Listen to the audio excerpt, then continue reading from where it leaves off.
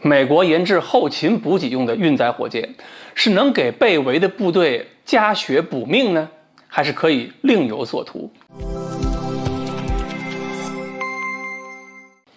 各位网友，大家好，我是刘小飞。现在在军事领域啊，一说快递，咱们中国网友都容易想到的是东风快递。只不过呢，这个东风快递送的货呀，都是要人命的。不过据说美国现在呢，想搞另一种快递，这个快递的就是救人命的了。美国的一个网站叫 New Atlas 报道了，说美国空军和太空军呢，打算联手考虑用运载火箭给前线的美军部队运送弹药、医疗用品。根据他们的分析啊，说这个想法啊，这个计划呢是有需求、有技术啊。需求是什么？按照美军的说法，假如美军的某支部队被某个国家军队包围了，这个敌国呢力量跟中俄实力相当，所以美军部队呢就会被切断补给线。然后我想了想，什么部队、什么国家能够跟中俄实力相当？这个敌人会是谁？然后我这么一算，好像如果不是中俄的话呢，就只有美国内战了。反正法国和印度是没戏。那么你这个美国人说这话何必这么掩饰呢？中俄就中俄吧，还说跟中俄实力相当，多此一举。然后他们说了，这种情况下用运输机送补给啊，纯属找死，根本运不进去，所以打算用运载火箭。前方部队一召唤，后方一发运载火箭马上升空，过几十分钟，这个火箭就降落在被包围部队阵地上，100多吨补给就送过来了。至于说技术呢，有现成的，就是马斯克那套嘛，猎鹰9嘛，可以火箭飞过来减速垂直降落，然后卸货。但是看完美国人这个想象图啊，我还有点小困惑，就是按照他这个图，那个火箭要是装100吨的货，那个补给品啊，你想那个火箭个头可不小，而且它是垂直降落，降落在地面上，那前线部队卸货的时候哪儿找这么高梯子去呢？所以美国军方自己也说了，难点之一啊，就是怎么卸货。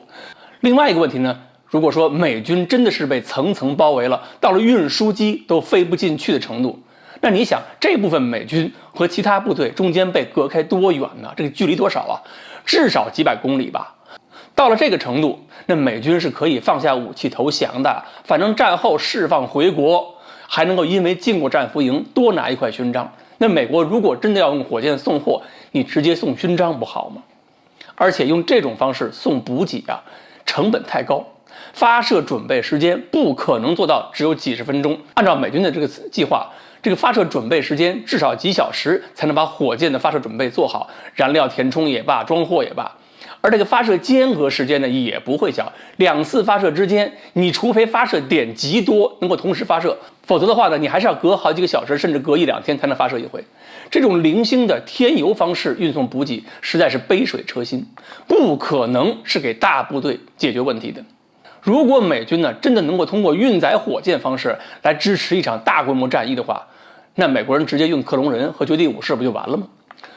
但是呢，我顺着美国的思路又想了一下，如果说不是解决被包围部队，特别是大部队的补给问题，而是为了特种作战，行不行呢？比如说远距离破袭，把少量的特种人员和装备运送到对方纵深之内，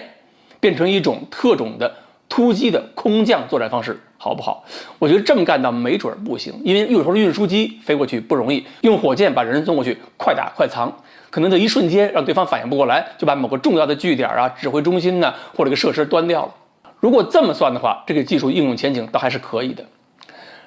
至于说我们这边呢，我们这几年老套路是什么？我们都很熟悉了，就是美国展现思路，中国就有可能把这思路变成现实。所以我看完美国这个方案之后呢，又看了看中国的双曲线系列可回收运载火箭，看了看双曲线2、双曲线3，